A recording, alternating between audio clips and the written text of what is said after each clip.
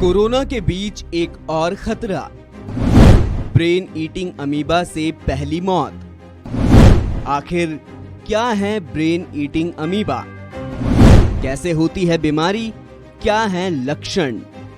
चीन समेत दुनिया के कई देशों में कोरोना के चलते स्थितियां चिंताजनक होती जा रही हैं। तो वहीं दक्षिण कोरिया में महामारी के बीच एक नई बीमारी ने दस्तक दे दी है। इस बीमारी का नाम है ब्रेन ईटिंग अमीबा, यानी कि दिमाग खाने वाला अमीबा। साउथ कोरिया में इस बीमारी का पहले केस सामने आया था, जिसमें मरीज की अस्पताल में ही मौत हो गई। ब्रेन ईटिंग अमीबा से मरने वाले की ट्रैवल हिस्ट्री सिर्फ इतनी थी कि वो 4 महीने थाईलैंड में रहकर आया था और अपने देश लौटने के साथ ही उसमें मेनिंजाइटिस वाले लक्षण उभरने शुरू हो गए थे, जिसके बाद उसकी मौत हो गई। हालांकि कोरिया डिजीज कंट्रोल एवं प्रिवेंशन एजेंसी अभी तक इस निष्कर्ष पर नहीं पहुंच पाया है कि पीड़ित ब्रेन ईटिंग अमीबा से कैसे संक्रमित हुआ। तो अब हम आपको ये बताने वाले हैं कि ब्रेन ईटिंग अमीबा बीमारी आखिर होती कैसे है और इस बीमारी के क्या लक्षण हैं। नेग्लेरिया फाउलेरी को आम भाषा में ब्रेन ईटिंग अमीबा कहा जाता है और सबसे पहले इसका केस 1937 में अमेरिका में पाया गया था।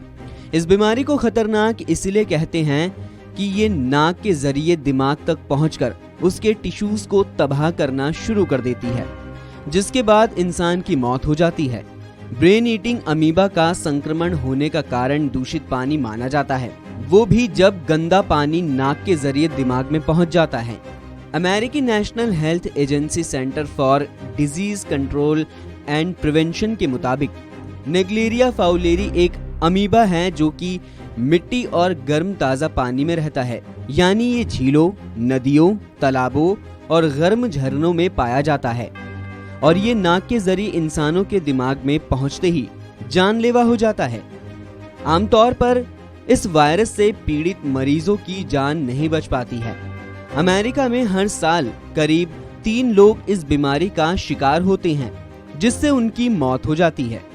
जबकि भारत की बात करें तो करीब 2 दशक पहले कर्नाटक के मैंगलोर में इस बीमारी का पहला केस आया था।